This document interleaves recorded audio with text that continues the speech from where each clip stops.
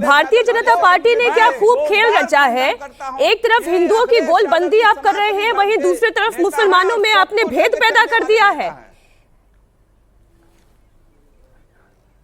हमने भेद नहीं पैदा कर दिया। मीनाक्षी जी, हमने तो कोई अरे सर, मैं तो बीजेपी पर आरोप लगा रही हूँ, आप अपने आप के अलावा किसी और को भी सुनेंगे तब ना खान साहब कुछ समझेंगे। बोले शिवम जी। रुकिए ना, थैंक यू। नहीं, मैं एक चीज कहना चाहता हूं, लेकिन एक चीज मैंने नोटिस की है, एक पैटर्न है। अखिलेश यादव लगातार रामचरितमानस को ट्विटर पर कोट कर रहे हैं, उनके प्रवक्ता लगातार टीवी पर रामचरितमानस पर बात कर रहे हैं। अरे एमएच खान साहब, इतना क्यों चिल्लाते हो आप? इस उम्र में इतना चिल्लाना ठीक नहीं है भाई।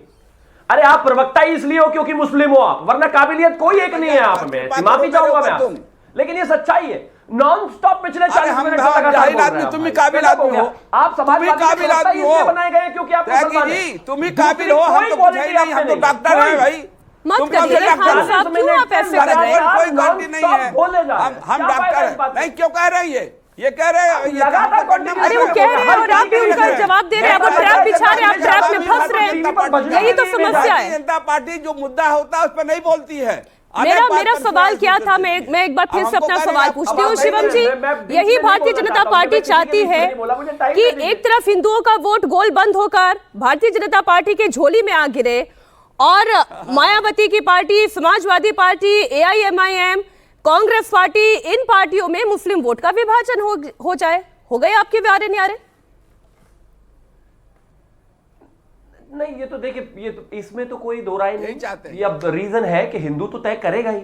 अगर मुसलमान वोट के लिए एमएच खान को सिर्फ इसलिए प्रवक्ता बना जाएगा क्योंकि वो मुसलमान है, अगर रामचरितमानस को गाली दी जाएगी और उसकी पंक्तियां पढ़ पढ़ कर आप गाली दोगे, आप इस देश में पंडितों को गाली दोगे, सारी जातियों को गाली दोगे, गुजरों को गाली दोगे, जाट को गाली दोगे, राजपूतों को गाली दोगे, तो कौन वोट देगा आपको? आपको सिर्फ मुसलमानों की वोट चाहिए, वो आपको मिल जाएगी। अब अखिलेश यादव को सिर्फ मुसलमान चाहिए तो बाकी भी प्रदेश के हिंदू तय करेंगे, देश के हिंदू भी तय करेंगे भाई।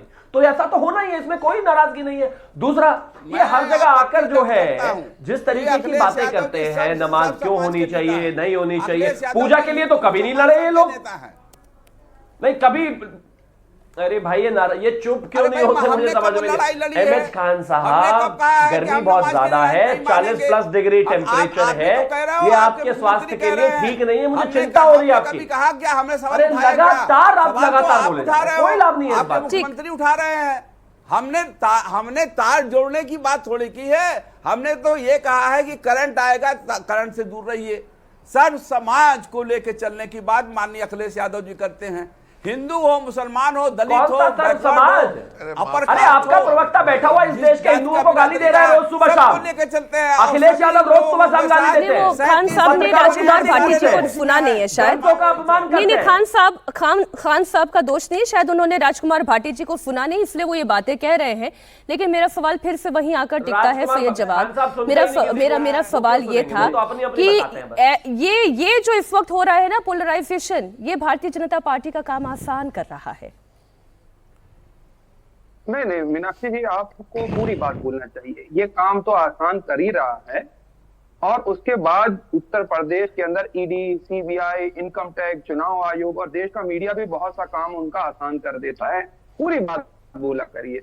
दूसरी सबसे बड़ी बात, अभी शिवम ने कहा कि जो है हमारे लिए तो मसला है ही नहीं, इनके लिए भाई क्यों मसला होने लगा?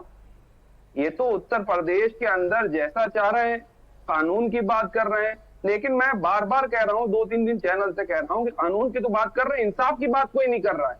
इंसाफ का आप कानून और इंसाफ को अलग अलग रखते हैं ना? मुसलमान कानून और इंसाफ अलग अलग बातें हैं। फर्क है, बताओ भाई, इनको शरिया वाला इंसाफ चाहिए। अच्छा बताइए मुझे जवाद जी बताइए, भोजशाला में जो हुआ वो कानून था या इंसाफ था? बोलने के लिए बोलते हो क्या?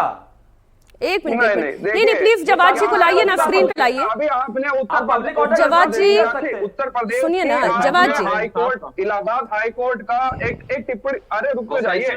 उत्तर प्रदेश में नमाज को लेकर के अभी आपने उत्तर प्रदेश की नजीर दी कि इलाहाबाद हाई कोर्ट ने बोला है कि सार्वजनिक जगहों पे नमाज नहीं पढ़ी जाए, घर पे पढ़ी। अरे यही बरेली में लोग घर पे ही नमाज पढ़ रहे थे, 12 लोगों के खिलाफ जो है कार्रवाई हो गई थी।